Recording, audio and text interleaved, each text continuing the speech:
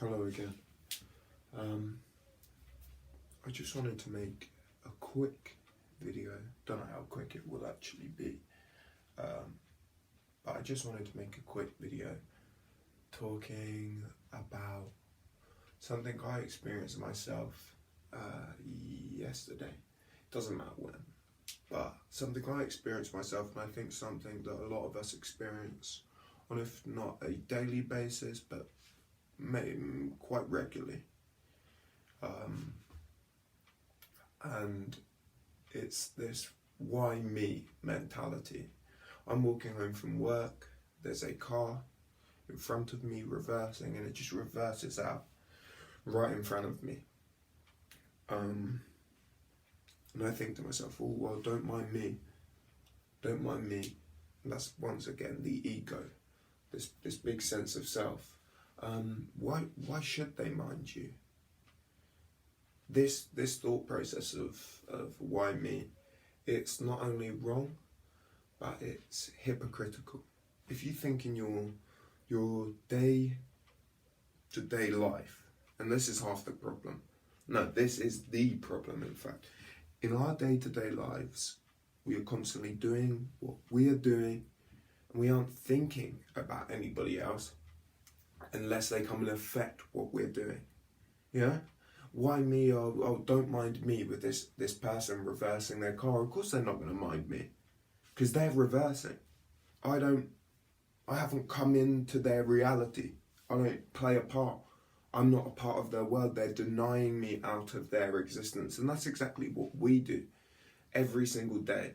We don't think about the other 8 billion people on this planet in every single moment to moment. We only think about them when they affect us. So this don't mind me, this, oh, why me, why are things happening to me, why did they do that to me, is purely because you're insignificant to them. And they are insignificant, and they would be insignificant to you if they had not just affected you in that way. So what we have to learn to accept is that in this current world that we live in, and I'll get on to how we can change that, but in this current world that we live in, people aren't doing things to you intentionally to upset you. They simply don't care about you. You're not that significant, you know? You're not that important that everyone in the world is out to get you. Some people, maybe. Yeah, there are some nasty people in the world. But most of the people that do things on a day-to-day basis that annoy you, they weren't doing it intentionally. The same way you do things that annoy others, but you don't do them intentionally. You don't see yourself as an annoying person, but I bet you've annoyed millions of people in your lifetime. Millions. But you don't relate to that. You just think, oh, they're an annoying person. They're just living their life. They're just doing their thing. They're just going about what they want to do. They don't even care about you. So don't care about them. Essentially, don't let what they've done annoy you and aggravate you and bog you back down. But then the evolved perspective, consciousness, whatever, from that, because this whole why me mentality, you can solve it. You can solve it in a more simplistic way, and that's by saying, well, why not me? Why not me? But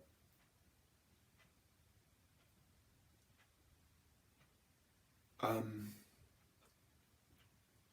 gonna go back onto that. The why not me? Because why not you? You know, you are just a human. You're one of 8 billion. You know. And to say why me suggests that it deserves to happen to someone else. When something bad happens to you, you say, oh, why me? Well, who should it have happened to then? If not you, it has to happen to someone else. So who? Do you decide? Who decides at that point when you're going around saying, why me, why me? It has to happen to someone. So who is the person that makes that decision? It's just silly. But the way to solve all of this,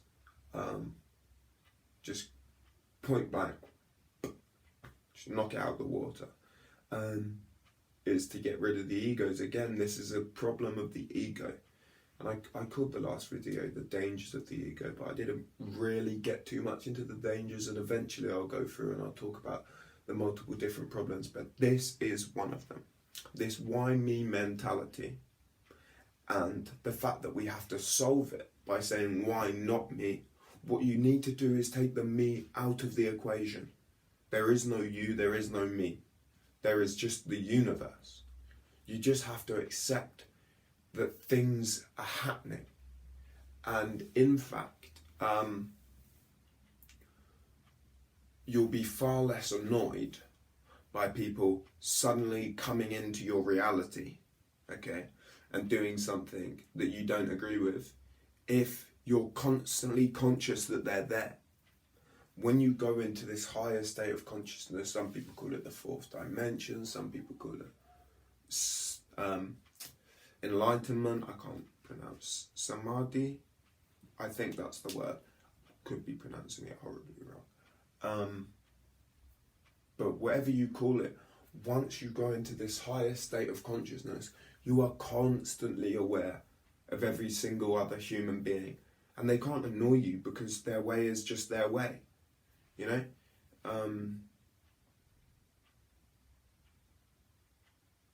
Yeah, that's the solution, you know? That's the solution to the root of the problem. But for now, I would say to you, why not you? You know, if your ego still needs to exist, if you're still clinging on so tightly to your ego, which you shouldn't be, you really shouldn't be, because it's, I think a lot of people, my friends included, are scared to lose the ego. But you shouldn't be. It's so much easier. Not even easier. The world is more beautiful when you don't have an ego to label it and put all these on it. When you don't have an ego to question everything and filter everything and bog it all down. Because really this reality is amazing. We're in a dream right now. Dreams are supposed to be fun. Well, nightmares, I guess. But that's a nightmare. This is a dream, okay? This is supposed to be nice. This is supposed to be great. We're supposed to be enjoying ourselves. But the ego just finds a way to make it all less significant. You say, oh, well, I've seen that before. Get rid of it. You do not need an ego to live. Do not be afraid of ridding yourself of the ego. And once you do, as I say, you'll be more connected to everyone. You'll when that person, you know, reverses out in front of you, you will have already knew they were going to do that in some weird way. It's not a shock. Nothing shocks you when you're in the state of egolessness. And that's not to say that things can't amaze you, but nothing shocks you. You're never caught off guard by anything. Nothing can knock you, you know? You're never saying, why me? You begin to understand, okay? The universe is in control of everything. Things aren't happening to you, they're happening for you. The universe knows.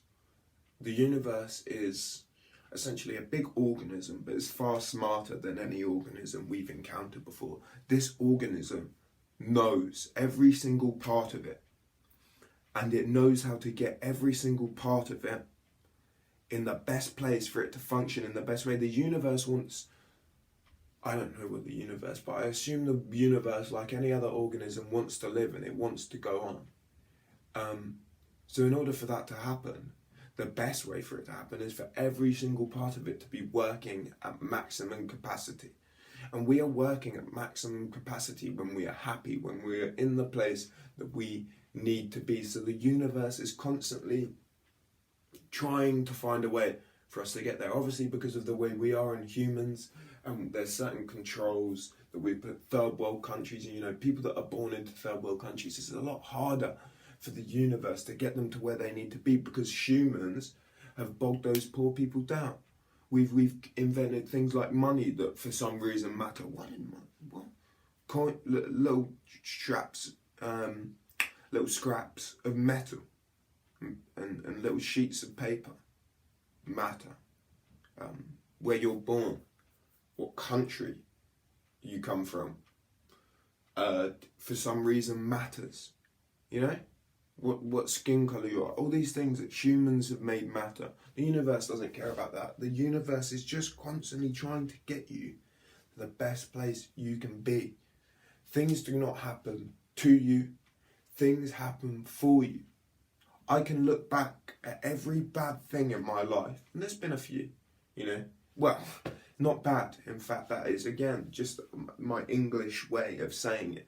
But everything that I perceived as negative in the moment have led me to this point. And I'm so happy and so grateful for each and every one of them. Every argument I've ever had, every fight, every bad thing. Bad. They're not bad because they've led me here. Do not, when something you perceive as negative happens to you, do not simply sit there and dwell in the negativity of it. Just accept it for what it is and use it as something to grow yourself. Say, well, that's happened. You can't change it. When you're looking back on something negative, when something negative has happened to you, it's happened. You can't change it now. There's no point dwelling on it. No point thinking about it too much. Accept it. Maybe don't even consciously use it as something to build and grow from, because the universe will do that for you. But just accept it and move forwards and think, how can I grow now? Constantly be thinking about growth. Constantly be thinking about what you want, what you need to be happy, to live in this fourth dimension. I just watched a video about the fourth dimension. I don't know how much I agree with all the spirituality and the kind of the hippie stuff, I guess. The vibrations and the frequencies. All I know is that the universe is far more powerful than you and I. So you just have to accept it for what it is. And if you don't accept it and you try to be a stick in the river, the universe will break you. Okay? You cannot be a stick in the river. It's impossible. Eventually, it's going to break you down. It's going to push you and you're going to get swept away. Don't be the stick, be the water.